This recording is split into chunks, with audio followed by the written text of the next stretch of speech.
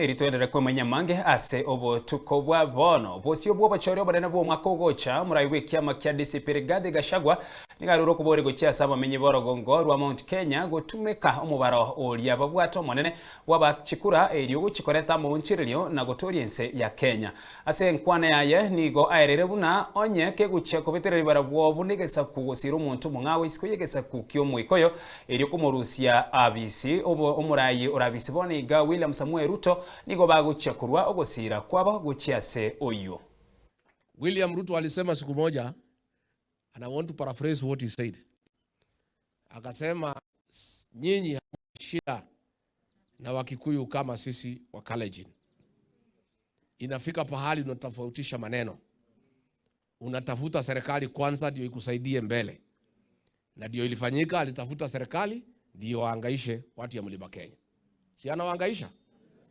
Na sisi tunasema hakuna mtu wako na shida na sisi kama huyu William Ruto.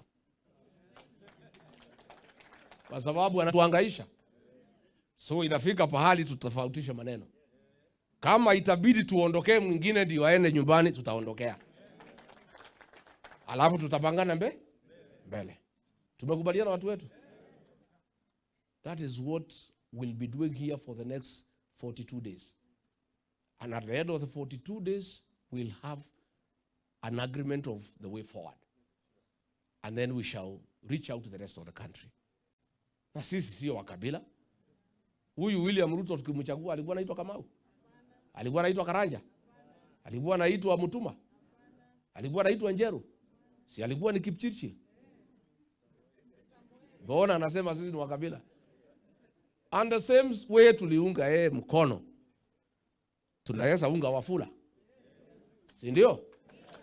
Yeah. Tunaweza unga Mwende. Si ndio? Si ndio? Sisi. Hajui sisi vizuri. He doesn't know us. Yeah? Si ndio? Sisi. Hata Odhiambo tunaweza unga mkono. Si ndio? Kwani iko nini? Hata Nyambane. Si ndio?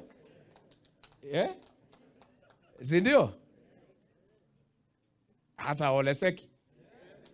Si ndio? We are the same people. Na hakuna bahali tumeenda, tuko tu hapa. We'll move with the rest of Kenya. Na sisi ndio tutasaidia wa Kenya kukomboa nchi hii. And we must use our numbers, which are the largest in the country, to liberate this country. Si ndio? Si tutaokoa hii Kenya? Tutaokoa Kenya. Na we have a responsibility. Mungu alifanya tukue wengi ndio tusaidie Kenya. Na lazima tutumie hizo numbers kuokoa Kenya. So I want to tell my colleagues huko nje wale wanatafuta hii viti kubwa. Mrelax. Wacha niongee na watu yangu. Si ndio? Mnyinyi mkae tu mngoje. Wacha niongee na watu yangu tuelewane. Then hapo mbele tutapangana vile tutakaa.